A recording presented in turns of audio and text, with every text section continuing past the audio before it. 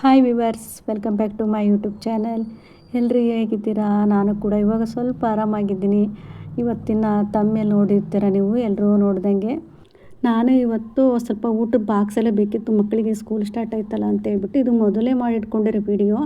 ನನಗೆ ಹುಷಾರಿಲ್ದಿರೋದ್ರಿಂದ ಎಡಿಟ್ ಹಾಗಾಗಿ ವೀಡಿಯೋಗಳೆಲ್ಲ ಎಲ್ಲಿಂದ ಎಲ್ಲಿಗೂ ಹೋಗ್ಬಿಟ್ಟಿದೆ. ತುಂಬ ವೀಡಿಯೋಗಳಿದೆ ಅಲ್ವಾ, ಎಲ್ಲ ಮಧ್ಯದಲ್ಲಿ ಸೇರ್ಕೊಂಡ್ಬಿಟ್ಟಿದೆ. ಹಾಗಾಗಿ ಇವಾಗ ಹಾಕ್ತಾಯಿದ್ದೀನಿ. ಸ್ವಲ್ಪ ಹಾಗೆ ಡ್ರೆಸ್ಗಳು ತೊಗೊಬೇಕಿತ್ತು ಅಂತ ಹೇಳ್ಬಿಟ್ಟು ಹೊರಟ್ವಿ. ನಾವಿವತ್ತು ಹೋಗಿದ್ದು ಗಾಂಧಿ ಬಜಾರಲ್ಲಿ, ಚೋರ್ ಬಜಾರ್ ಅಂತ ಕರೀತಾರೆ ಇದಕ್ಕೆ. ನಾವು ಅಲ್ಲಿ ಕೂಡ ಹೊರಟಿದ್ವಿ. ನೋಡೋಣ ಅಂತ ಹೇಳ್ಬಿಟ್ಟು ಮನೇಲಿದ್ದಾಗ ಏನಾಯಿತು, ತುಂಬ ಬಿಸಿಲಿದ್ದೆಲ್ಲ ಅಂದ್ಕೊಂಡು ಬಂದರೆ ನೋಡಿದ್ರೆ ಸಿಕ್ಕಾಪಟ್ಟೆ ಮಳೆ ಸ್ಟಾರ್ಟ್ ಆಯಿತು. ನಾವು ಬಸ್ ಸ್ವಲ್ಪ ದೂರ ಇದೆ ಅಂದಾಗ ಮಳೆ ಸ್ಟಾರ್ಟ್ ಆಯಿತು. ನೀನು ಎಂತ ಮಾಡೋದು, ಹೆಂಗೋ ಒಂದು ಛತ್ರಿ ತೊಗೊಂಬಂದಿದ್ವಿ. ಅದೇ ಛತ್ರಿಯಲ್ಲಿ ಇಬ್ಬರು ಅಡ್ಜಸ್ಟ್ ಮಾಡಿಕೊಂಡು, ನಾನು ಆಂಟಿ ಕೂಡ ಇಬ್ಬರು ಅಲ್ಲೇ ನಿಂತ್ಕೊಂಡ್ರೆ ಟೈಮ್ ಆಗಿಬಿಡುತ್ತೆ ಅಂತೇಳಿ ಒಳಗಡೆ ಬಂದ್ವಿ. ಇಲ್ಲಿ ಬಂದರೆ ಸಿಕ್ಕಾಪಟ್ಟೆ ಮಳೆ ಬೇರೆ ಇತ್ತು. ಹಾಗೆ ಇಲ್ಲೆಲ್ಲ ಅಷ್ಟೊಂದು ಇರಲಿಲ್ಲ, ಮೇಲ್ಗಡೆ ಎಲ್ಲ ತಾಟೆಲ್ಲ ಹಾಕ್ಕೊಂಡಿರ್ತಾರಲ್ವ, ಹಾಗಾಗಿ ಮಳೆ ಎಲ್ಲ ಇರಲಿಲ್ಲ ಅಷ್ಟೊಂದು. ಈ ಕೈ ಒಳಗಡೆ ಆರಾಮಾಗಿ ಸ್ವಲ್ಪ ತೊಗೊಳಕ್ಕೆಲ್ಲ ಚೆನ್ನಾಗಿತ್ತು. ಹಾಗೆ ಮಳೆ ಇರೋದ್ರಿಂದ ರಶ್ ಕೂಡ ಕಡಿಮೆ ಇತ್ತು. ಇನ್ನೊಂದು ಏನಪ್ಪ ಅಂದರೆ, ನಮಗೆ ಬೇಕಾಗಿರೋ ಅಂಗಡಿ ಅವರು ಬಂದಿರಲಿಲ್ಲ. ಹಾಗೆ ಇಲ್ಲ ಸ್ವಲ್ಪ ಸುಮ್ಮನೆ ಎಲ್ಲ ಕಡೆ ರೌಂಡ್ ಹಾಕ್ಕೊಂಡು ಬಂದ್ವಿ. ಸೀರೆ ಅಲ್ಲದೆ ಒಂದು ಕಡೆ ಲೈನ್ ಇದೆ, ಆ ಸೀರೆಗಳೆಲ್ಲ ಹಾಗೆ ನೋಡ್ಕೊತ ಬರ್ತಾಯಿದ್ವಿ. ಯಾವ್ಯಾವ ಸೀರೆ ತೊಗೊತಾರೆ ಅಂತ. ಹೆಣ್ಮಕ್ಳಿಗೆ ಆಗಿಲ್ಲ, ಸೀರೆ ಮೇಲೆ ಕಣ್ಣಿರುತ್ತೆ, ಅಲ್ಲಿ ಇಲ್ಲಿ ನೋಡ್ಕೊತ ತೊಗೊತಾಯಿದ್ರು. ತುಂಬ ಚೆನ್ನಾಗಿರುತ್ತೆ. ಯಾವ ರೀತಿ ದುಡ್ಡು ಕೊಡ್ತಿ ಎಲ್ಲ ಥರದ್ದು ಪ್ರೈಸ್ ಇರುತ್ತೆ. ಈ ಗಾಂಧಿ ಬಜಾರ್ ಅಂದರೆ ತುಂಬ ಲೋ ಪ್ರೈಸಲ್ಲೆಲ್ಲ ಇರೋದಿಲ್ಲ, ನಮಗೆ ಲೋಯಿಂದ ಹೈ ಪ್ರೈಸ್ವರೆಗೂ ಇರುತ್ತೆ. ನಾವು ಯಾವ ರೀತಿ ದುಡ್ಡು ಕೊಡ್ತೀವೋ ಅಮೌಂಟನ್ನು ಅದೇ ಥರ ಬಟ್ಟೆ ಕೊಡ್ತಾರೆ.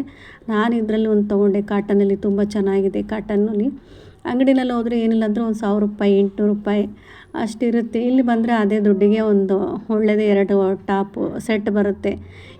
ನಾವೇನು ತುಂಬ ದಿನಗಳಲ್ಲಿ ಹಾಕ್ಕೋಬೇಕಾಗಿಲ್ಲ. ಒಂದು 3-4 ಸರಿ ಹಾಕ್ಕೊಂಡ್ಬಿಟ್ರೆ ಆಗಲೇ ಹಳೇದಾಗಿಬಿಡುತ್ತೆ. ಸುಮ್ಮನೆ ಒಂದು ಡ್ರೆಸ್ ತೊಗೊಳಕ್ಕಿಂತ ಒಂದು 2 ಡ್ರೆಸ್ ತೊಗೊಬೋದು ಅಂತ ಅಂದ್ಕೊಂಡು ಒಂದು ಚೆನ್ನಾಗಿ ಸಿಕ್ತು, ತೊಗೊಂಡ್ವಿ.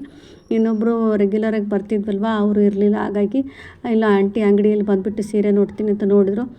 ಅಲ್ಲಿ ಹೊಸ ಕಲೆಕ್ಷನ್ ಬಂದಿದೆ ಅಂತ ಹೋಗಿ ಕೇಳ್ಕೊಂಬಂದರು. ನೋಡ್ಕೊಂಡು ಅಲ್ಲಿಂದ ಬಂದ ತಕ್ಷಣ ನಾವು ರೆಗ್ಯುಲರಾಗಿ ಪಕ್ಕದಲ್ಲಿ ಇರ್ತಕ್ಕಂಥ ಅಂಗಡಿಯಲ್ಲಿ ಕಬ್ಬಿನ ಜ್ಯೂಸ್ ಕುಡ್ಕೊಂಡು ಹಾಗೆ ಅಂಗಡಿಗೆ ಬಂದು ಅಲ್ಲಿ ಬಳೆಗಳೆಲ್ಲ ತೊಗೊಂಡ್ವಿ. ಚೆನ್ನಾಗಿದೆ. ಇಲ್ಲಿ ಅಂಗಡಿ ತುಂಬ ಹಳೆಯ ವರ್ಷದ ಅಂಗಡಿ ಇದು. ಆ ಅಂಗಡಿನಲ್ಲಿ ಬಳೆಗಳು ಸ್ವಲ್ಪ ತೊಗೊಂಡ್ರು ಆಂಟಿ. ನನಗೆ ಇದೆ ಬೇಡ ಅಂತ ಅಂದ್ಕೊಂಡು ತೊಗೊಳ್ಳಿಲ್ಲ, ಇಷ್ಟು ಶಾಪಿಂಗ್ ಮಾಡ್ಕೊಂಬಂದ್ವಿ. ಹಾಗೆ ಸ್ವಲ್ಪ ಆಂಟಿ ಪಾಟ್ಗಳು ಅದೆಲ್ಲ ಬೇಕಿತ್ತು ಅಂತೇಳಿ ಅವರು ತೊಗೊಂಡ್ರು. ನನಗೂ ಏನೇನು ಬೇಕಾಗಿತ್ತು ಅದು ತೊಗೊಂಡ್ವಿ. ಇವಾಗ ನಾವು ಇಂಥದ್ದೇ ತೊಗೊಬೇಕು ಅಂತ ಅಂದ್ಕೊಂಡು ಬರೋದಿಲ್ಲ. ನಾವು ಆರಾಮಾಗಿದ್ದಾಗ ಇಬ್ಬರು ಮಾತಾಡಿಕೊಂಡು ಬೇಗ ಹೊರಟ್ಬಿಡ್ತೀವಿ ಕೆಲಸ ಮಾಡಿಕೊಂಡು. ನನಗೆ ಒಬ್ಬಳಿಗೆ ಹೋಗೋಕ್ಕೆ ಬೇಜಾರು. ಹಾಗಾಗಿ ಅವರು ಯಾರಾದರೂ ರಿಲೇಷನಲ್ಲಿ ಸಿಗ್ತಾರೆ, ಹೋಗ್ತಾರೆ. ನನಗೆ ಯಾರಿಲ್ದರಿಂದ ಆಂಟಿ ಜೊತೆಗೆ ಕರ್ಕೊಂಡು ಹೋಗ್ತೀನಿ. ಇದ್ದರೆ ಒಂದು ಸ್ವಲ್ಪ ಆರಾಮು. ಯಾವ್ದು ತೊಗೊಬೋದು ಹಾಗೆ ಹೀಗೆ ಅಂತ ಕೇಳ್ಕೊಂಡು ತೊಗೊಂಬರ್ಬೋದು. ಇಲ್ಲ ನಮ್ಮ ಯಜಮಾನ್ರ ಹತ್ರ ಆದರೆ ನಾನು ಯಾವ ಸೆಲೆಕ್ಷನ್ ಮಾಡ್ತೀನಿ ಅದೇ ಆಗಿಬಿಡುತ್ತೆ. ಆಂಟಿ ಆದರೆ ಇದು ಬೇಡ ಅದು ಅಂತ ಕೇಳ್ಬೋದು. ಈ ಗಂಡು ಮಕ್ಳ ಹತ್ರಲ್ಲಿ ಎಂತ ಕೇಳೋಕ್ಕಾಗುತ್ತೆ. ಹಾಗಾಗಿ ಆಂಟಿ ನನಗೆ ಬಂದು ಸುಮ್ಮನೆ ಅಲ್ಲಿ ಇಲ್ಲಿ ಎಲ್ಲೆಲ್ಲಿ ಸಿಗುತ್ತೆ ಅಲ್ಲೆಲ್ಲ ಹೋಗೋದು, ನೋಡ್ಕೊಳ್ಳೋದು, ಯಾವ್ದು ಇಷ್ಟ ಆಗುತ್ತೆ ತೊಗೊಳ್ಳೋದು, ಬರೋದು. ನಾವು ಬಂದಿರೋದು ಒಂದು ಸಾಮಾನು ತೊಗೊಬೇಕಂದ್ರೆ 10 ಸಾಮಾನು ತೊಗೊಂಡು ಹೋಗ್ಬಿಡ್ತೀವಿ. ಈ ಥರ ಆಗಿಬಿಡುತ್ತೆ. ಎಲ್ಲ ಶಾಪಿಂಗ್ ಮಾಡ್ಕೊಂಡು ಮನೆ ಕಡೆ ಬಂದ್ವಿ. ಅಂದರೆ ತಮ್ಮೇಲೆ ನೋಡ್ದಂಗೆ ಹೆಲ್ತ್ ಇಶ್ಯೂ ನನಗೆ ಬಂದುಬಿಟ್ಟು ತುಂಬ ಅಂದರೆ ತುಂಬ ತಲೆ ಸುತ್ತು ಸ್ಟಾರ್ಟ್ ಆಗಿಬಿಟ್ಟಿದೆ. ಅದು ಯಾಕೆ ಬಂದಿದೆ ಅಂತಲೂ ಗೊತ್ತಿಲ್ಲ. ಆದರೆ ಡಾಕ್ಟ್ರ್ ಹೇಳಿದ್ರು ಯಾಕೆ ಬಂದಿದೆ ಅಂದರೆ ಜಾಸ್ತಿ ಥಂಡಿಯಾಗಿದೆ ಅಂತ ಹೇಳಿದರು. ಥಂಡಿಯಾಗಿದೆ, ಅದಕ್ಕೆ ಹೀಗಾಗಿದೆ ಅಂತ ಹೇಳಿದರು. ನನಗೆ 1 ವಾರ ಆಯಿತು. ಭಾನುವಾರಕ್ಕೆ ಸ್ಟಾರ್ಟಾಗಿ ಚೆನ್ನಾಗಿದ್ದು ಅಂಗಡಿಗೆಲ್ಲ ಶಾಪಿಂಗು ಅಲ್ಲಿಂದೆಲ್ಲ ಹೋಗ್ಬಿಟ್ಟು ಮನೆಗೆ ಬಂದು ನೈಟು ಮಲ್ಗಕ್ಕೆ ಹೋದರೆ ಭಾನುವಾರ, ಅವತ್ತಿನ ರಾತ್ರಿ ತಲೆ ಸುತ್ತು ಬಂತು. ಬೆಳಗ್ಗೆ ಎದ್ದೊಳೋಣ ಅಂದರೆ ತಲೆ ಎಲ್ಲ ಫುಲ್ಲು ಚಕ್ಕರ್ ಆಗ್ತಾಯಿದೆ. ಯಾವ ಥರ ಅಂದರೆ ಈ ಲೆಫ್ಟು ರೈಟು ತಿರುಗೋಕ್ಕೆ ಬರ್ತಿಲ್ಲ. ತಿರುಗಿದೆ ಅಂದರೆ ಲೆಫ್ಟಲ್ಲಿ ತಿರುಗಿದಂದರೆ ಒಂದು 30 ಸೆಕೆಂಡು ಮನೆಯೆಲ್ಲ ಗಿರ್ರ ಅಂತ ತಿರುಗಿ ಒಂದು ನಿಧಾನಕ್ಕೆ ಸ್ಟಾಪ್ ಆಗುತ್ತೆ. ಮತ್ತೆ ರೈಟ್ ಸೈಡ್ ತಿರುಗಿದಂದರೆ ಮತ್ತೆ ಅದೇ ಥರ ಫುಲ್ಲು ಚಕ್ಕರ್ ಆಗ್ತಾಯಿತ್ತು. ನಾನೇನಾದರೂ ಇಳಿದ್ಬಿಟ್ಟು ಒಂದು ಕಡೆ ನಡೆದ್ರೆ ಅದೇ ನಾನು ನಡೆಯೋದೇ ಒಂದು ಕಡೆ, ನಾನು ತೂರಾಡ್ಕೊಂಡು ಹೋಗೋದೇ ಒಂದು ಕಡೆ. ಯಾವ ಥರ ಇತ್ತು ಅಂದರೆ ನೆನೆಸ್ಕೊಂಬಿಟ್ರೆ ಯಾರೋ ದಬ್ಬಿದ ತಕ್ಷಣ ಹೋಗಿ ಒಂದೇ ಸರಿ ಜೋರಾಗಿ ಹೋಗ್ತೀವಲ್ವ, ಆ ಥರ ತೂರಾಡ್ತಾಯಿದ್ದೆ. ಎಣ್ಣೆ ಹೊಡೆದಾರಲ್ಲ ತೂರಾಡ್ತಾರೆ ನೋಡಿ, ಆ ಥರ ಆಗಿಬಿಟ್ಟಿತ್ತು. ಸರಿ ಯಾಕೋ ಹಿಂಗೆ ಆಗುತ್ತಲ್ಲ ಅಂತ ಅಂದ್ಕೊಂಡು ವಾಶ್ರೂಮಿಗೆ ಹೋದೆ. ವಾಶ್ರೂಮಲ್ಲೂ ಕೂರಕ್ಕಾಗ್ತದೆ, ಅಲ್ಲೂ ರೌಂಡ್ ಆಗ್ತಾಯಿದೆ. ತಲೆಯಲ್ಲಿ ಒಳಗಡೆಲ್ಲ ಗುಯ್ ಅಂತ ಸೌಂಡ್ ಬರ್ತಾಯಿದೆ. ಜುಮ್ ಅನ್ನೋ ಥರ ಸೌಂಡ್ ಆಗ್ತಾಯಿದೆ ತಲೆಯಲ್ಲೆಲ್ಲ. ಇನ್ನೆಂತ ಮಾಡೋದು, ಡೋರ್ ಹಿಡ್ಕೊಂಡು ನಿಧಾನಕ್ಕೆ ಹೋಗಿ ಮುಗಿಸ್ಕೊಂಬಂದೆ. ಬ್ರಷ್ ಮಾಡ್ತಾಯಿದ್ದೀನಿ. ಆ ಬ್ರಷ್ ಮಾಡುವಾಗೆಲ್ಲ ಏನಾಯಿತು ಅಂದರೆ ಫುಲ್ಲು ಬೆವರು ಬಂದುಬಿಟ್ಟು ಕಾಲೆಲ್ಲ ಫುಲ್ಲು ಒಂಥರ ಜೋಗಿಡ್ದಿರೋ ಥರ ಆಗಿ ವಾಮಿಟ್ ಬರೋ ಥರ ಆಗಿಬಿಡ್ತು ಬ್ರಷ್ ಮಾಡ್ಬೇಕಾದ್ರೆ. ಸರಿ ಅಂತ ಏಕೋ ಹಿಂಗೆ ಆಗ್ತಿದ್ದಿಲ್ಲ ಅಂತ ಅಂದ್ಕೊಂಡು ಮತ್ತು ನಿಧಾನಕ್ಕೆ ಹೇಗೋ ಗೋಡೆಲ್ಲ ಹಿಡ್ಕೊಂಡು ಹೋಗಿ ನೀರು ಒಂದು ಲೋಟ ನೀರು ತೊಗೊಂಡು ನೀರು ಕುಡಿ ಅಂತ ಹೇಳ್ಬಿಟ್ಟು ಹೊರಗಡೆ ಬಾಗಿಲಲ್ಲಿ ಕೂತ್ಕೊಂಡ್ಬಿಟ್ಟೆ. ನೋಡೋ ಸ್ವಲ್ಪ ಗಾಳಿಗಾದರೂ ಹೋದರೆ ಚೆನ್ನಾಗಾಗುತ್ತೆ ಅಂತ ಹೇಳ್ಬಿಟ್ಟು ಒಂದು ಲೋಟ ನೀರು ಕುಡಿದೆ. ನೀರು ಕುಡ್ದಿದ್ದು ಒಂದು 2 ನಿಮಿಷನೂ ಆಗಿಲ್ಲ, ಫುಲ್ಲು ವಾಮಿಂಟ್ ಆಗಿಬಿಡ್ತು. ಒಂದೇ ಸರಿ ವಾಮಿಂಟಿಗೆ ಫುಲ್ ಸುಸ್ತಾದೆ. ಆ ವಾಮಿಂಟಿಗೆ ತಲೆಯೆಲ್ಲ ಜೂಮ್ ಅನ್ನೋ ಸೌಂಡ್ ಆಗ್ತಾಯಿದೆ. ನನಗೆ ಎದ್ದೇಳೋಕ್ಕಾಗ್ತಾಯಿಲ್ಲ. ಎದ್ದೋದ್ರೆ ಎಂಥದ್ದು ಬಿದ್ದೋಗ್ಬಿಡ್ತೀನಿ ಆ ಥರ. ಅಷ್ಟು ಇಡೀ ನನ್ನ ಲೈಫಲ್ಲೇ ಆ ಥರ ನೋಡಿರಲಿಲ್ಲ ತಲೆ ಸುತ್ತನ್ನ. ಆ ಥರ ಆಗಿಬಿಡ್ತು. ವಾಮಿಂಟಾಗಿ ಫುಲ್ ಸುಸ್ತಾಗ್ಬಿಟ್ಟೆ. ಮಾತಾಡೋಕ್ಕಾಗ್ತಾಯಿಲ್ಲ. ತಲೆ ಫುಲ್ಲು ತಿರುಗ್ತಾಯಿದೆ. ರೋಡೆಲ್ಲ ತಿರುಗ್ತಾಯಿದೆ. ಈ ಥರ ಈ ಕಡೆ ತಿರ್ಗಕ್ಕೆ ಬರ್ತಾಯಿಲ್ಲ.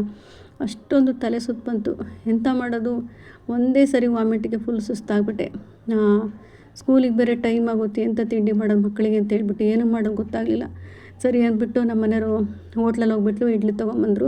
ಅವ್ರಿಗೆ ಬಾಕ್ಸಿಗೆಲ್ಲ ಪ್ಯಾಕ್ ಮಾಡಿ, ಅವ್ರಿಗೆ ಸ್ನಾನ ಕೂಡ ಮಾಡ್ಸೋಕ್ಕಾಗಿಲ್ಲ. ನನಗೆ ಅಷ್ಟು ಬಾಕ್ಸಿಗೆ ತುಂಬ ಅಷ್ಟು ಇರಬೇಕು ಅಂತ ಪೇಷನ್ಸ್ ಇಲ್ಲ ನನಗೆ. ಯಾಕೆಂದರೆ ಅಷ್ಟು ಹಿಂಸೆ ಆಗ್ತಾಯಿದೆ. ಫುಲ್ ಸುಸ್ತಾಗ್ತಾಯಿದೆ, ಬೆವರು ಬರ್ತಾಯಿದೆ. ನೀರು ಕುಡಿದ್ರೆಲ್ಲ ವಾಮಿಂಟು, ತಲೆ ತಿರುಗ್ತಾಯಿದೆ. ಮಕ್ಕಳು ಮಾತಾಡೋದು, ಅವ್ರೇನಾದರೂ ಸ್ವಲ್ಪ ಇರದೇ ಇರುತ್ತಲ್ಲ ಮನೇಲಿ, ಸ್ವಲ್ಪ ಗಲಾಟೆ ಮಾಡೋದು ಮಕ್ಕಳದೆಲ್ಲ, ಅದೆಲ್ಲ ಸೌಂಡ್ ಕೇಳಿಸ್ಕೊಂಡು ನನಗೆ ಆಗ್ತಾಯಿಲ್ಲ. ಏನಾದರೂ ಎಲ್ಲಾದರೂ ಹೋಗ್ಬಿಡೋಣಪ್ಪ, ಇದೇನಪ್ಪ ಈ ಥರ ಆಗ್ಬಿಡ್ತು, ನನ್ನ ತಲೆ ಒಳಗಡೆ ಏನಾಯಿತು ಏನೋ ಅಂತ ಅನ್ನೋ ಥರ ಆಗ್ಬಿಡ್ತು. ಅಷ್ಟೊಂದು ತಲೆ ಸುತ್ತ ಬಂದುಬಿಡ್ತು. ಕೊನೆಗೆ ಅವ್ರಿಗೆ ಪಾಪ ಸ್ನಾನ ಮಾಡಿಸ್ದಂಗೆ ಬಟ್ಟೆ ಹಾಕ್ಬಿಟ್ಟು ರೆಡಿ ಮಾಡಿ, ನಮ್ಮ ಮನೆಯವ್ರ ಅಣ್ಣ ಇದ್ದಾರಲ್ಲ ಅವರಿಗೆ ಬಿಟ್ಬಿಟ್ಟು ಬನ್ನಿ ಅಂತ ಹೇಳ್ಬಿಟ್ಟು ಮಕ್ಕಳಿಗೆಲ್ಲ ರೆಡಿ ಮಾಡಿ 8:15 ಹೋದ್ವಿ. ಅಲ್ಲಿ ಹೋದರೆ ಡಾಕ್ಟರ್ ಇಲ್ಲ 10 ಗಂಟೆಗೆ ಬರೋದು ಅಂತ ಹೇಳಿದರು. ನಮ್ಮ ರಿಲೇಷನವ್ರು ಫೋನ್ ಮಾಡ್ಕೊಂಡು ಯಾವ ಹಾಸ್ಪಿಟ್ಲಿಗೆ ಹೋಗ್ಬೇಕು ಅನ್ನೋದು ಗೊತ್ತಾಗಲಿಲ್ಲ. ಹಾಗಾಗಿ ಕೇಳ್ಕೊಂಬಿಟ್ಟು ಹಾಸ್ಪಿಟಲಿಗೆ ಹೋದ್ವಿ. ಅಲ್ಲೋದ್ರೆ ವಾಮಿಂಟಿಂದು ಟ್ಯಾಬ್ಲೆಟ್ ಕೊಟ್ಟರು. ಡಾಕ್ಟರ್ 10 ಗಂಟೆಗೆ ಬರೋದು ಅಂತ ಹೇಳಿದರು. ಏನು ಮಾಡೋದು, ಅಲ್ಲಿ ಮಲ್ಕೊಂಡಿದ್ವಿ. ಹಾಗೆ ಬೆಡ್ಡಲ್ಲಿ ಮಲ್ಕೊಂಡು 10 ಗಂಟೆ ಡಾಕ್ಟ್ರು ಬಂದರು. ಡಾಕ್ಟರ್ ಬಂದು ಚೆಕಪ್ ಮಾಡಿದರು. ಬಂದುಬಿಟ್ಟು ನಡೆಯೋಕ್ಕೆ ಹೇಳ್ತಾರೆ. ಈ ಕಡೆ ಸ್ಟ್ರೈಟಾಗಿ ನಡೆಯೋಕ್ಕೆ, ಈ ಥರ ನಡೀರಿ ಅಂತ ಹೇಳ್ತಾರೆ. ನಾನು ಒಂದು ಕಡೆ ತೂರಾಡ್ತಾಯಿದ್ದೀನಿ. ಅಷ್ಟು ವಾಯ್ಸು ಬರ್ತಾಯಿಲ್ಲ ನನಗೆ. ಅವ್ರಿಗೆ ಹೇಳೋ ಅಷ್ಟು ಶಕ್ತಿ ಇಲ್ಲ. ಫುಲ್ ಸುಸ್ತಾಗ್ತಾಯಿದೆ ನನಗೆ. ಒಂದೇ ಸರಿ ವಾಮಿಂಟಿಗೆ ಅಷ್ಟು ಸುಸ್ತಾಗ್ಬಿಟ್ಟಿದ್ದೆ. ನೆಕ್ಸ್ಟು ಗ್ಲೂಕೋಸ್ ಹಾಕಿ ಇಂಜೆಕ್ಷನ್ ಎಲ್ಲ ಹಾಕಿ ಬಿಟ್ಟರು. ಆವಾಗ ಸ್ವಲ್ಪ ಅಂದರೆ ಸಡನ್ನಾಗಿ ಕಮ್ಮಿ ಆಗಲಿಲ್ಲ. ಹೌದೋ ಇಲ್ಲ ನಂಗೆ ಅಷ್ಟೇ ಒಂಚೂರು ತಲೆ ಸ್ವಲ್ಪ ಸೌಂಡ್ ಬರ್ತಾಯಿತ್ತಲ್ಲ, ಅದೆಲ್ಲ ಕಡಿಮೆ ಆಯಿತು. ಸ್ವಲ್ಪ ಆರಾಮ ಅನ್ನಿಸ್ತು. ಬೆಳಗ್ಗೆ 8:15 ಬಂದಿದ್ದು ನಾವು. 4:15 ಆಯಿತು ಮನೆಗೆ ಹೋಗೋಷ್ಟೊತ್ತಿಗೆ. ಊಟ ಇಲ್ಲ, ಎಂಥದಿಲ್ಲ. ಹೋಟ್ಲಲ್ಲಿ ಇಡ್ಲಿ ತಂದು ಕೊಟ್ಟರು. ಮಧ್ಯಾಹ್ನ ನಾನು ತಿಂದು ಇಡ್ಲಿ 3 ಗಂಟೆ ಆಯಿತು. 3 ಗಂಟೆಗೆ ಇಡ್ಲಿ ತಂದರೆ ಅದು ಎಲ್ಲ ಹುಳಿಯಾಗ್ಬಿಟ್ಟಿತ್ತು. ನನಗೆ ಆ ಇಡ್ಲಿ ಸಾಂಬಾರು ಸ್ಮೆಲ್ಲಿಗೆ ಇಡ್ಲಿನೂ ಸೇರ್ತಲ್ಲ, ಅಲ್ಲೇ ವಾಮಿಟ್ ಮಾಡೋ ಥರ ಒಂಥರ ಅನಿಸ್ಬಿಡ್ತು. ಹೇಗೋ 2 ಇಡ್ಲಿ ತಂದಿರೋದ್ರಲ್ಲಿ ಅರ್ಧ ಇಡ್ಲಿ ತಿಂದ್ಕೊಂಡು ಸ್ವಲ್ಪ ಸಮಾಧಾನ ಮಾಡಿಕೊಂಡು ನೀರು ಕುಡಿದು ಮತ್ತೆ ಏನೇ ಒಂದೇ ದಿನದಲ್ಲಿ ಡಿಸ್ಚಾರ್ಜ್ ಮಾಡಿಸ್ಕೊಂಡು ಕಳಿಸಿದ್ರು. ಬಂದ್ವಿ. 3 ದಿನಕ್ಕಾಗೋಷ್ಟು ಟ್ಯಾಬ್ಲೆಟ್ ಎಲ್ಲ ಕೊಟ್ಟರು. ಏನೂ ಹೆದರ್ಕೊಬೇಡಿ, ಏನೂ ಆಗಿಲ್ಲ. ನಿಮಗಿದೆಲ್ಲ ವಸ್ತು, ನಿಮಗೇನೋ ಒಂಥರ ಭಯ ಅನಿಸ್ಬಿಡುತ್ತೆ, ಏನಾಗಿದೆ ಏನೋ ಅಂತ. ನಮಗಿದೆಲ್ಲ ಹಳೇದು, ಏನೂ ಪ್ರಾಬ್ಲಮ್ ಆಗಿಲ್ಲ. ಜಾಸ್ತಿ ಶೀತ ಆಗಿ ನಮ್ಮ ತಲೆನಲ್ಲಿ ಅಂದರೆ ಕಿವಿನಲ್ಲಿ ನರಗಳಿರುತ್ತಂತೆ. ಆ ನರ ಸ್ಪ್ರಿಂಗ್ ಥರ ಕೆಲಸ ಮಾಡುತ್ತಂತೆ. ನಾವು ಲೆಫ್ಟು ರೈಟು ಕೆಳಗೆ ಮತ್ತು ಮೇಲೆ ತಿರುಗಿದಾಗ ಅದು ಸ್ಪ್ರಿಂಗ್ ಥರ ವರ್ಕ್ ಆಗುತ್ತಲ್ಲ, ಅದು ನರಗಳೇನಾದ್ರು ಇನ್ಫೆಕ್ಷನ್ ಆದರೆ ಈ ಥರ ಆಗುತ್ತೆ, ಏನೂ ಆಗಿಲ್ಲ, ನಿಮಗೆ ಭಯ ಪಡ್ಕೊಬೇಡಿ ಅಂತ ಹೇಳಿ ಕಳಿಸಿದರು. ನನಗಿನ್ನೂ ತಲೆ ಸುತ್ತೋಗಿರಲಿಲ್ಲ. ಹೆಂಗಪ್ಪ ಮಾಡೋದು ಅಂದ್ಕೊಂಡು ಸುಮ್ಮನೆ ಬಂದೆ. ಮನೆಯಲ್ಲಿ ಬಂದರೆ ಗಂಜಿ ಮಾಡ್ಕೊಂಡು ಕುಡಿಬೇಕು. ನಮ್ಮ ಅತ್ತೆಯವರು ಮಾಡೋಕ್ಕಾಗಲ್ಲ, ಅವರು ಎಂಥ ಮಾಡಲ್ಲ, ಎಲ್ಲ ನಾನೇ ಮಾಡ್ಕೊಬೇಕು. ಅವ್ರಿಗೂ ವಯಸ್ಸಾಗಿರೋದ್ರೆ ಮಾಡೋಕ್ಕಾಗಲಿಲ್ಲ. ಬಂದು ಒಂದು ಲೋಟ ಗಂಜಿ ಮಾಡ್ಕೊಂಡು ಕುಡಿದೆ. ಹೇಗೋ ಮಾಡಿ ನಿಧಾನಕ್ಕೆ ಶೆಲ್ಪು ಅದು ಹಿಡ್ಕೊಂಡು ಒಂದು ಸ್ವಲ್ಪ ರಾಗಿ ಗಂಜಿ ಮಾಡಿಕೊಂಡೆ. ನನಗೆ ಹುಷಾರಿಲ್ದಾಗ ಹಾಲಿಂದು ಯಾವುದಾರು ಅಡುಗೆ ಮನೇಲಿ ಸ್ಮೆಲ್ ಕಂಡ್ರೆ ಆಗಲ್ಲ, ವಾಮಿಂಟ್ ಆಗಿಬಿಡುತ್ತೆ ನನಗೆ. ಅದರಲ್ಲಿ ಹೇಗೋ ಮಾಡಿಬಿಟ್ಟು ಸ್ವಲ್ಪ ಕುಡಿದ ತಕ್ಷಣ ಮತ್ತೆ ವಾಮಿಂಟ್ ಆಯಿತು. ಯಪ್ಪ, ಅವ್ನು ನೆನೆಸ್ಕೊಂಡ್ಬಿಟ್ರೆ ಹೇಳ್ಬಾರ್ದು. ಮನುಷ್ಯನ ಜೀವನ ಎಷ್ಟು ಕಷ್ಟಪ್ಪ. ಇಷ್ಟೊಂದೆಲ್ಲ ನಾನು ಬೆಳಗ್ಗೆ ನೀರು ಕುಡಿದಿದ್ದು ವಾಮಿಂಟ್ ಆಯಿತು, ಇವಾಗ ಗಂಜಿ ಕುಡಿದಿದ್ದು ವಾಮಿಂಟ್ ಆಯಿತು. ಹೆಂಗೆ ಮಾಡೋದು, ನನಗೇನಾರು ಆಗ್ಬಿಟ್ರೆ ಏನು ಮಾಡೋದು, ನನ್ನ ಮಕ್ಕಳನ್ನ ಯಾರು ನೋಡ್ಕೊತಾರೆ. ನಿಜವಾಗ್ಲೂ ಹೊರಗಡೆ ಕೂತ್ಕೊಂಡು ಅಷ್ಟು ಹತ್ತಿದ್ದೀನಿ ಅಂದರೆ ಅಷ್ಟೊಂದು ಹತ್ತು ಬಿಟ್ಟಿದ್ದೀನಿ ಹೊರಗಡೆ ಕೂತ್ಕೊಂಡು. ಗಾಳಿಗೆಲ್ಲ ಸ್ವಲ್ಪ ಹೊತ್ತಿದ್ರೆ ಸರಿ ಹೋಗುತ್ತೆ ಅಂತ ಹೇಳಿಬಿಟ್ಟು ಅಷ್ಟೊಂದು ಫುಲ್ಲು ಸುಸ್ತಾಗಿಬಿಟ್ಟಿದೆ. ಅದು ಕೂಡ ವಾಮಿಟ್ ಆಯಿತು. ಏನಿಲ್ಲ, ಬೆಳಗ್ಗೆಯಿಂದ ಎಂಥದ್ದು ತಿಂದಿಲ್ಲ. ರಾತ್ರಿ ಊಟ ಮಾಡಿದ್ದೇನೆ, ಸ್ವಲ್ಪ ಅನ್ನ ಊಟ ಮಾಡಿದ್ದು. ಸುಸ್ತು ಆಗ್ತಾಯಿದೆ, ಬೆವರು ಬರ್ತಾಯಿದೆ. ಮತ್ತು ಹಾಸ್ಪಿಟ್ಲಿಂದ ಬಂದರೂ ಅದೇ ಥರ ಆಗ್ತಾಯಿದೆ. ಏನಾಗ್ಬಿಟ್ಟಿದ್ದು, ಏನು ಮಾಡೋದಪ್ಪ ದೇವರೇ ಅಂತ ಅಂದ್ಕೊಂಡು ಅಷ್ಟು ಬೇಜಾರು ಮಾಡ್ಕೊಂಡು ಸಂಜೆಯಿಂದ ಹಿಡಿದು ಕತ್ಲಾಗೋ ತನಕ ಅಲ್ಲೇ ಕೂತಿದ್ದೆ, ಹೊರಗಡೆನೇ ಕೂತ್ಕೊಂಡು. ಸರಿ ಅಂದ್ಬಿಟ್ಟು ಮತ್ತೆ ನನ್ನ ಮಗ ಟ್ಯೂಷನಿಗೆ ಕಳಿಸಿ ಅಲ್ಲಿಂದ ಇಬ್ಬರೂ ಒಬ್ಬರನ್ನೇ ಕಳಿಸ್ತಾ ಇದ್ದಿದ್ದು. ನನಗೆ ಅವಾಗ ಬರ್ಸೋಕ್ಕಾಗ್ತಿರೋದಕ್ಕೆ ಇಬ್ಬರನ್ನೂ ಟ್ಯೂಷನಿಗೆ ಕಳಿಸ್ಬಿಟ್ಟು ನನ್ನ ಕೈಲಿ ಆಗ್ತಾಯಿಲ್ಲ ಅಂತೇಳಿ ಅವ್ರು ಬಂದು ನನ್ನ ದೊಡ್ಡ ಮಗ ಸ್ವಲ್ಪ ಗಂಜಿನ ಸ್ವಲ್ಪ ನೀರಲ್ಲಿ ಹಾಕ್ಬಿಟ್ಟು ಹಿಟ್ಟಲ್ಲಿ ಹಾಕ್ಬಿಟ್ಟು ಸ್ವಲ್ಪ ಮಿಕ್ಸ್ ಮಾಡಿದೆ. ನನ್ನ ಮಗ ಒಂಚೂರು ಗಂಜಿ ಎಲ್ಲ ಮಾಡಿಕೊಟ್ಟ. ಅದನ್ನು ಕುಡಿದ್ಬಿಟ್ಟು ಸ್ವಲ್ಪ ಮತ್ತೆ ಇಲ್ಲ ಫೋನ್ ಮಾಡಿದೆ. ನನಗೇನಾಯಿತು, ವಾಮಿಟ್ ಆಯ್ತು. ಮತ್ತೆ ಡಾಕ್ಟರಿಗೆ ಫೋನ್ ಮಾಡಿದೆ. ಡಾಕ್ಟರ್ ಈ ಥರ ವಾಮಿಟ್ ಆಗ್ತಾಯಿದೆ, ಏನು ಸೇರ್ತಾಯಿಲ್ಲ ಅಂತ ಹೇಳಿದಕ್ಕೆ ಮತ್ತೆ ಅವರು ಫೋನ್ ಮಾಡಿಬಿಟ್ಟು ಆ ಟ್ಯಾಬ್ಲೆಟ್ಸ್ ತೊಗೊಳಮ್ಮ ಸರಿ ಹೋಗುತ್ತೆ ಅಂತ ಹೇಳಿದ್ರು. ನಾನು ಆ ಟ್ಯಾಬ್ಲೆಟ್ಸ್ ತೊಗೊಂಡು ಗಂಜಿ ಕುಡಿದೆ. ಟೀ ಲೋಟದಲ್ಲಿ 1 ಲೋಟ ಅಷ್ಟು ಗಂಜಿ ಕುಡಿದೆ. ಆವಾಗ ಸ್ವಲ್ಪ ಎಂಥದ್ದು ವಾಮಿಟ್ ಆಗಲಿಲ್ಲ, ಸಮಾಧಾನ ಅನ್ನಿಸ್ತು. ಸ್ವಲ್ಪ ಚೆನ್ನಾಗಾದ್ಮೇಲೆ ಇನ್ನೂ ಸ್ವಲ್ಪ ಕುಡಿದ್ರೆ ಆಯಿತು ಅಂತ ಹೇಳ್ಬಿಟ್ಟು ಒಂದು ಟೀ ಲೋಟ ಗಂಜಿ ಸೇರಿದ್ಮೇಲೆ ಎಷ್ಟೋ ಮನಸ್ಸಿಗೆ ಸಮಾಧಾನ ಆಯಿತು. ಆ ವಾಮಿಟ್ ಆಗೋ ಟೈಮಲ್ಲಿ ನಮ್ಮ ಮಾವನಂತೂ ನಿಜವಾಗ್ಲೂ ನೆನೆಸ್ಕೊಂಡ್ಬಿಟ್ಟೆ. ಪಾಪ ನಮ್ಮ ಮಾವನಿಗೂ ಅಷ್ಟೇ, ಅವರಿಗೆ ಕ್ಯಾನ್ಸರ್ ಪೇಷಂಟ್ ಆಗಿರೋದ್ರಿಂದ ಅವ್ರಿಗೆ ಯಾವ ಥರ ಇದಾಯಿತು ಅಂದರೆ ಪಾಪ ನೀರು ಕುಡಿದಿದ್ದು ಸೇರ್ತಾ ಇರಲಿಲ್ಲ, ಒಂದು ಗಂಜಿ ಕುಡಿದಿದ್ದು ಸೇರ್ತಾ ಇರಲಿಲ್ಲ. ಎಷ್ಟು ಒಂದು ಸರಿ ವಾಂತಿ ಮಾಡ್ಕೊಂಡಿದ್ರೆ ಗೊತ್ತಲ್ಲ, ಎಲ್ರಿಗೂ ಗೊತ್ತಿರುತ್ತೆ ವಾಮಿಟ್ ಆದರೆ ಎಷ್ಟು ಕಷ್ಟ ಆಗುತ್ತೆ ಅಂತ. ಆ ವಾಮಿಟ್ ಆಗ್ಬೇಕಾದ್ರೆ ನಮ್ಮ ಮಾವ ಎಷ್ಟು ಪಾಪ ಕಷ್ಟಪಟ್ಟಿತ್ತು. ಡೈಲಿ ಅವ್ರದ್ದು ನಾವಾದ್ರು ಒನ್ ಟೈಮ್ ವಾಂತಿ ಮಾಡ್ಕೊಂಡಿದ್ದೀವಿ, ಅವ್ರದ್ದು ಯಾವಾಗಲೂ ವಾಂತಿ ಪಾಪ ನಮ್ಮ ಮಾವ 1 ತಿಂಗಳ ತನಕ ವಾಮಿಟ್ ಮಾಡ್ಕೊಂಡ್ಬಿಟ್ಟಿದ್ದಾರೆ ಅವರು. ಜಾಸ್ತಿ ತಿಂದರೆ ವಾಮಿಟ್ಟು ಅಷ್ಟೊಂದು ಮಾಡ್ಕೊತಾಯಿದ್ರು. ನಿಜವಾಗ್ಲೂ ಅವತ್ತು ನಮ್ಮ ಮಾವ ನೆನೆಸ್ಕೊಂಡ್ಬಿಟ್ಟೆ. ಪಾಪ ಎಷ್ಟು ಹಿಂಸೆ ಅನುಭವಿಸಿದ್ದಾರೆ ಅವರು ಅಂತ ಅಂದ್ಕೊಂಡೆ. ಅವಾಗ ಮೊದಲೇ ವಯಸ್ಸಾಗಿರುತ್ತೆ, ಎಲ್ಲ ಊಟ ಎಲ್ಲ ಬಿಟ್ಬಿಟ್ಟು ಫುಲ್ಲು ಮೂಳೆ ಬಿಡ್ಕೊಂಡು ಆಗ್ಬಿಟ್ಟಿದ್ರು ನಮ್ಮ ಮಾವ. ಆ ಟೈಮಲ್ಲಿ ವಾಮಿಂಟ್ ಅಂದ್ರೆ ನಮಗೆ ಒಂದು ಟೈಮಿಗೆ ಇಷ್ಟೊಂದು ಸುಸ್ತಾಗಿರ್ತೀವಿ. ಪಾಪ ಅವ್ರು ಅಷ್ಟೊಂದು ದಿನ ಅದು ಹೆಂಗೆ ಸುಸ್ತಾಗಿ ಸಹಿಸ್ಕೊಂಡಿದ್ದು ಅನಿಸ್ಬಿಡ್ತು. ಆಮೇಲೆ ಸ್ವಲ್ಪ ಗಂಜಿ ಕುಡಿದ್ಮೇಲೆ ಸ್ವಲ್ಪ ಸಮಾಧಾನ ಆಯಿತು. ರಾತ್ರಿಯೆಲ್ಲ ಗಂಜಿ, ಬೆಳಗ್ಗೆನೂ ಗಂಜಿ. ಒಂದು ದಿನ ಅಂದರೆ 2 ದಿನ ಫುಲ್ಲು ಗಂಜಿಯಲ್ಲೇ ಇದ್ದೆ. ರಾಗಿ ಗಂಜಿ ಮಾಡ್ಕೊಳ್ಳೋದು, ಕುಡಿಯೋದು. ಆದರೆ ಅದು ಥಂಡಿ ಅಂತ ಹೇಳಿದ್ರು. ರಾಗಿ ಗಂಜಿನೂ ರಾಗಿದು ಮುದ್ದೆ ಮಾಡ್ತೀವಲ್ವ, ಅದ್ರದ್ದು ಮಾತ್ರ ಮಾಡ್ಕೊಂಡಿದ್ದೆ. ಅದು ಸ್ವಲ್ಪ ತಂಪೇ. ಆದರೂ ಏನು ಮಾಡೋದು, ಹೊಟ್ಟೆಗೆ ಏನಾದರೂ ಒಂದು ತಿನ್ನಬೇಕಲ್ವ ನಾವು, ಫಸ್ಟು ಜೀವ ಹಿಡ್ಕೊಳ್ಳೋಕ್ಕೆ ಅಂತ ಹೇಳ್ಬಿಟ್ಟು ಗಂಜಿ ಮಾಡ್ಕೊಂಡು ಕುಡಿದು ಸ್ವಲ್ಪ ಆರಾಮಾಯಿತು. ಆಮೇಲೆ ಅಂದ್ಕೊಂಡೆ, ಯಪ್ಪ ಎಷ್ಟು ಕಷ್ಟ ಅಲ್ವ ಮನುಷ್ಯನ ಜೀವನ. ಯಾರೂ ಎಲ್ಪ್ ಮಾಡೋರಿಲ್ಲ. ನಮ್ಮ ಮನೆಯವ್ರಿಗೆ ಅಡುಗೆ ಮಾಡೋಕ್ಕೆ ಬರೋಲ್ಲ. ಅವರೇನಿದ್ರು ಸ್ವಲ್ಪ ಕಸ ಗುಡಿಸೋದು, ಒಂದು ಸ್ವಲ್ಪ ಪಾತ್ರೆ ತೊಳ್ಕೊಡೋದು, ಮಕ್ಕಳಿಗೆಲ್ಲ ರೆಡಿ ಮಾಡೋದು, ಈ ಥರ ಮಾಡ್ತಾರೆ. ನಾವು ಎಂತ ಮಾಡೋದು, ಸ್ವಲ್ಪ ಇಡ್ಲಿ ಮತ್ತು ದೋಸೆಗೆ ಈ ಥರ ಎಲ್ಲ ನೆನೆಸ್ಬಿಡ್ತಾ ಇದ್ದೆ ಒಂದೊಂದು ಸರಿ. ಈ ಸರಿ ಅದೂ ಆಗಲಿಲ್ಲ. ಸ್ವಲ್ಪ ಇಡ್ಲಿಗೆಲ್ಲ ನೆನೆಸ್ಬಿಟ್ಟು ಒಂದಿನ ಬೇಳೆ ಸಾಂಬಾರು ಮಾಡಿದೆ. ಹೇಗೋ ನಿಧಾನಕ್ಕೆ ಎದ್ದು ತಲೆ ಸುತ್ತ ಬರ್ತಾಯಿತ್ತು. ತಿಂಡಿ ಮಾತ್ರ ಮಾಡ್ತಾಯಿದ್ದೆ, ಮಧ್ಯಾಹ್ನಕ್ಕೆ ಅಡುಗೆ ಎಲ್ಲ ಏನು ಮಾಡ್ತಾ ಇರಲಿಲ್ಲ. ಯಾಕೆಂದರೆ ಮಧ್ಯಾಹ್ನಕ್ಕೆ ಸ್ವಲ್ಪ ರೈಸಿಗೆ ಇಟ್ಕೊಂಡ್ರೆ ಸಾಕು, ಹೋಟ್ಲ್ ಸಾಂಬಾರು ತರ್ಬೋದು ಅಂತ ಹೇಳ್ಬಿಟ್ಟು. ಈ ತಿಂಡಿಗೆಲ್ಲ ಆದರೆ ಮಕ್ಕಳಿಗೆ ಮಧ್ಯಾಹ್ನಕ್ಕೂ ಕೂಡ ಕಳಿಸ್ಬೇಕು, ಮತ್ತು ಬೆಳಿಗ್ಗೆ ತಿನ್ಕೊಂಡು ಹೋಗ್ಬೇಕು, ಎಲ್ರಿಗೂ ಬೇಕಲ್ವಾ. ಅಷ್ಟು ಹೋಟ್ಲ್ ತಂದು ತಿನ್ನೋಕ್ಕಾಗಲ್ಲ ಅಂತ ಹೇಳ್ಬಿಟ್ಟು ಬೆಳಿಗ್ಗೆ ಎದ್ಬಿಟ್ಟು ಏನಾದರೂ ಸ್ವಲ್ಪ ತಿಂಡಿ ಮಾಡ್ಕೊತಾ ಇದ್ದೆ. ನಿಜವಾಗ್ಲೂ ಯಾರಾದರೂ ಮನೇಲಿ ಸಪೋರ್ಟ್ ಮಾಡೋರಿಲ್ಲ ಅಂದ್ರೆ ಬಿಟ್ಬಿಟ್ರೆ ನಿಜವಾಗ್ಲೂ ಜೀವನನೇ ಬೇಡಪ್ಪ ಅನಿಸ್ಬಿಡ್ತೈತಿ. ಹೆಣ್ಮಕ್ಳು ಜೀವನ ತುಂಬ ಕಷ್ಟ ಅನಿಸ್ಬಿಡ್ತೈತಿ.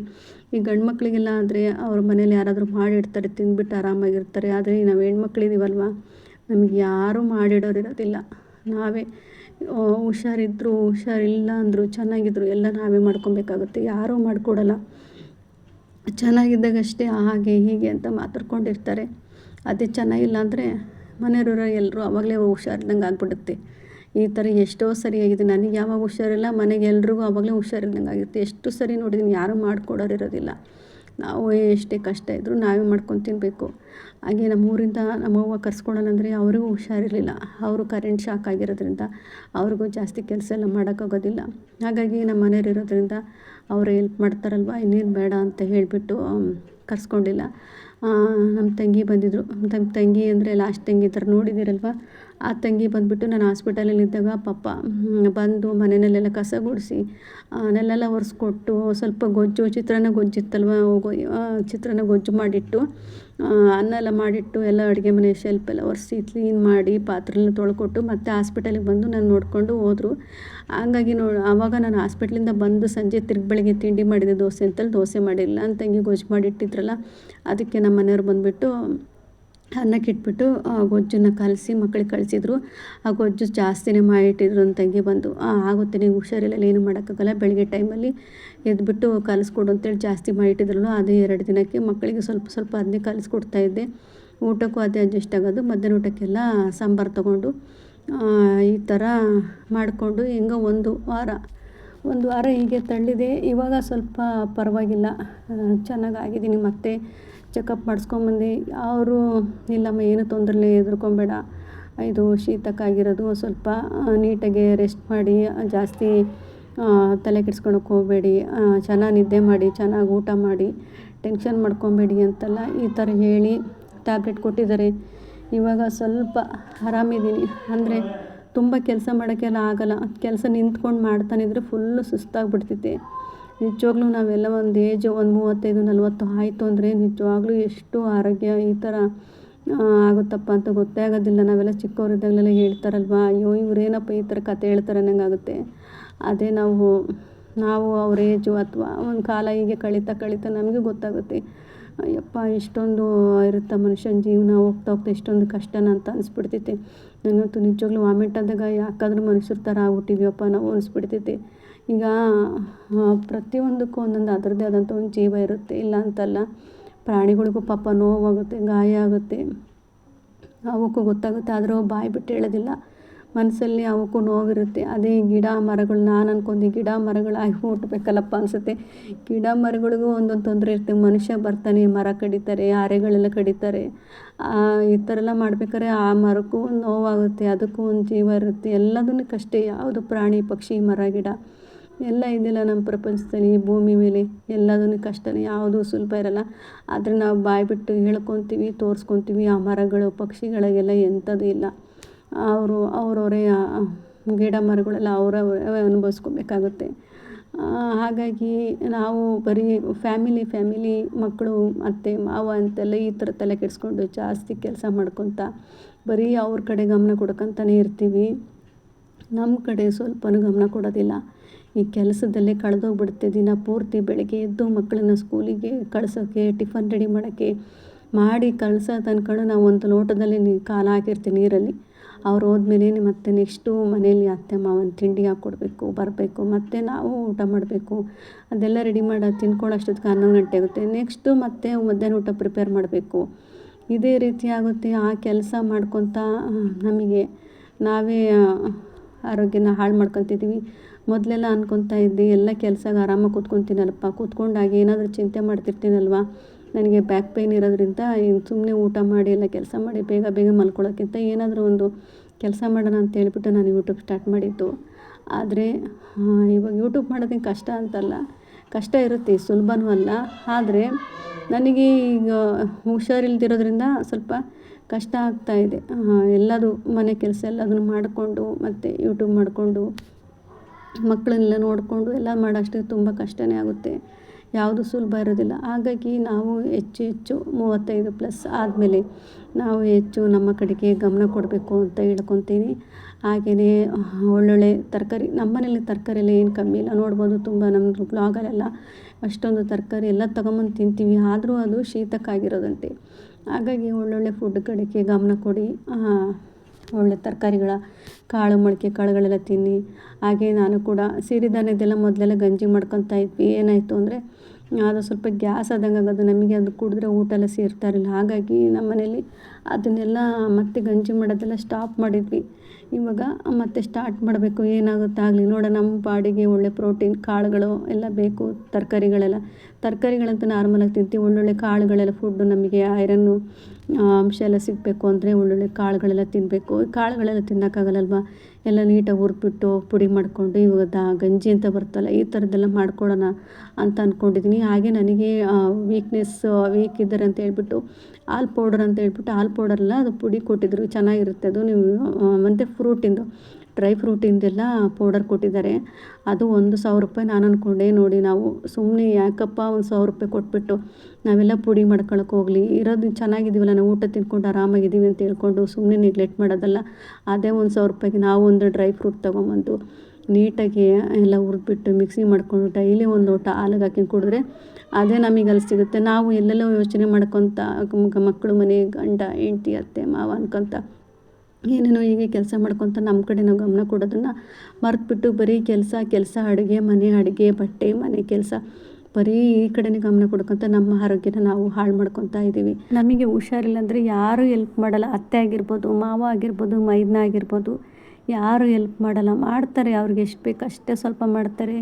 ನಮಗೆ ಸಮಾಧಾನ ಆಗೋ ರೀತಿಯಲ್ಲಿ ಕೆಲಸ ಮಾಡಿಕೊಡಲ್ಲ. ನಮಗೆ ಸಹಾಯ ಮಾಡೋದು ಆಗಲಿ ಏನೇ ಆಗಲಿ ಅವ್ರ ಮಟ್ಟಿಗೆ ಅವ್ರು ಮಾಡ್ತಾರೆ. ಆದರೆ ಎಷ್ಟೇ ಸಹಾಯ ಮಾಡಿ ಹೆಲ್ಪ್ ಮಾಡಿದ್ರೂ ನಮ್ಮನ್ನ ಹೆತ್ತ ತಾಯಿ ನೋಡಿದಷ್ಟು ನೋಡೋಕ್ಕಾಗಲ್ಲ, ಹೆತ್ತ ತಾಯಿ ಕೆಲಸ ಮಾಡಿದಷ್ಟು ಮಾಡೋಕ್ಕಾಗಲ್ಲ. ನಮಗೆ ಹೆತ್ತೋರಾದರೆ ಒಂದು ತುತ್ತು ಕೂರಿಸ್ಬಿಟ್ಟು ಅಡುಗೆ ಮಾಡಿಟ್ಟು ಊಟ ಉಪಚಾರ ಎಲ್ಲ ಮಾಡ್ತಾರೆ. ಅದೇ ಅತ್ತೆಯವರಾದರೆ ಏನಿಲ್ಲ, ಸ್ವಲ್ಪ ಕೆಲಸ ಮಾಡ್ತಾರೆ, ಹಾಗೆ ಇರ್ತಾರೆ.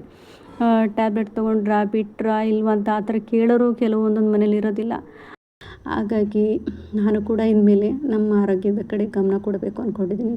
ನೀವು ಕೂಡ ಅಷ್ಟೇ ಚೆನ್ನಾಗಿ ನೋಡ್ಕೊಳ್ಳಿ. ನಾವಿದ್ರೇ ನಮ್ಮ ಮಕ್ಕಳನ್ನ ಎಲ್ಲರೂ ನೋಡ್ಕೊಳ್ಳೋದು, ಮಕ್ಕಳಾಗಲಿ ಮನೆಯವರಾಗಲಿ. ನಾವೇ ಇಲ್ಲ ಅಂದಮೇಲೆ ನಮ್ಮ ಮಕ್ಕಳನ್ನೆಲ್ಲ ಯಾರು ನೋಡ್ಕೊತಾರಲ್ವ. ಹಾಗಾಗಿ ನಾನು ಕೂಡ ಇವಾಗ ಸ್ವಲ್ಪ ಸ್ಟ್ರಾಂಗ್ ಆಗಬೇಕು ಅಂದ್ಕೊಂಡಿದ್ದೀನಿ. ಮೊದಲಿನ ಥರ ಎಲ್ಲ ಇರಬಾರ್ದು, ಇವಾಗಲೇ ಸ್ಟ್ರಾಂಗಾಗಿ ಒಳ್ಳೊಳ್ಳೆ ಫುಡ್ ತಿನ್ಕೊತ ಚೆನ್ನಾಗಿ ಆಗಬೇಕು ಅಂದ್ಕೊಂಡಿದ್ದೀನಿ. ನೋಡೋಣ ಹೆಂಗಿದೆಯೋ ದೇವ್ರ ದಯೆ. ಮುಂದೆ ನೆಕ್ಸ್ಟು ಇನ್ನೊಂದು ವಿಡಿಯೋದಲ್ಲಿ ನಿಮ್ಮ ಹತ್ರ ಎಲ್ಲ ಶೇರ್ ಮಾಡ್ಕೊತೀನಿ, ಯಾವ್ಯಾವ ರೀತಿ ನಾನು ಪ್ರಿಪೇರ್ ಮಾಡ್ಕೊತೀನಿ ಅಂತ ಹೇಳ್ಬಿಟ್ಟು ನೆಕ್ಸ್ಟು ವ್ಲಾಗಲ್ಲಿ ಶೇರ್ ಮಾಡ್ಕೊತಿದ್ದೀನಿ. ಇವತ್ತಿನ ವಿಡಿಯೋ ಇಷ್ಟ ಇದ್ದರೆ ಪ್ಲೀಸ್ ಗೊತ್ತಲ್ಲ ಲೈಕ್ ಮಾಡಿ, ಶೇರ್ ಮಾಡಿ, ಸಬ್ಸ್ಕ್ರೈಬ್ ಮಾಡ್ಕೊಂಡು ನೋಡಿ. ನೆಕ್ಸ್ಟ್ ವಿಡಿಯೋದಲ್ಲಿ ಸಿಗೋಣ. ಅಲ್ಲಿ ತನಕ take care, bye bye, thank you.